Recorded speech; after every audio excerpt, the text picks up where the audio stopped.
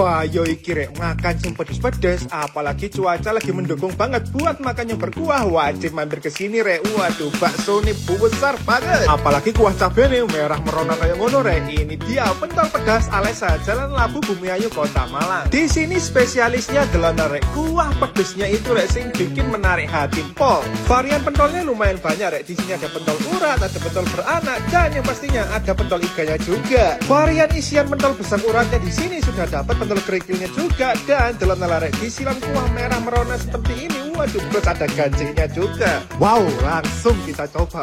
Rasanya bener-bener nikmat rek. Pentolnya kerasan daging dan kuahnya ini rek. Waduh, meskipun pedas tapi masih bisa dirasakan rek, gurih mantep kan. Untuk pentol uratnya ini ngurat banget rek. Nah, karena menurut gue ini, waduh, masih kurang pedas dan butuh kering-keringan, langsung deh tak kasih ini dia. Nah, bon cabe makaroni snack. Levelnya level 15 rek. Wah, langsung aja kita tuang di bakso yang pedesnya kayak gini.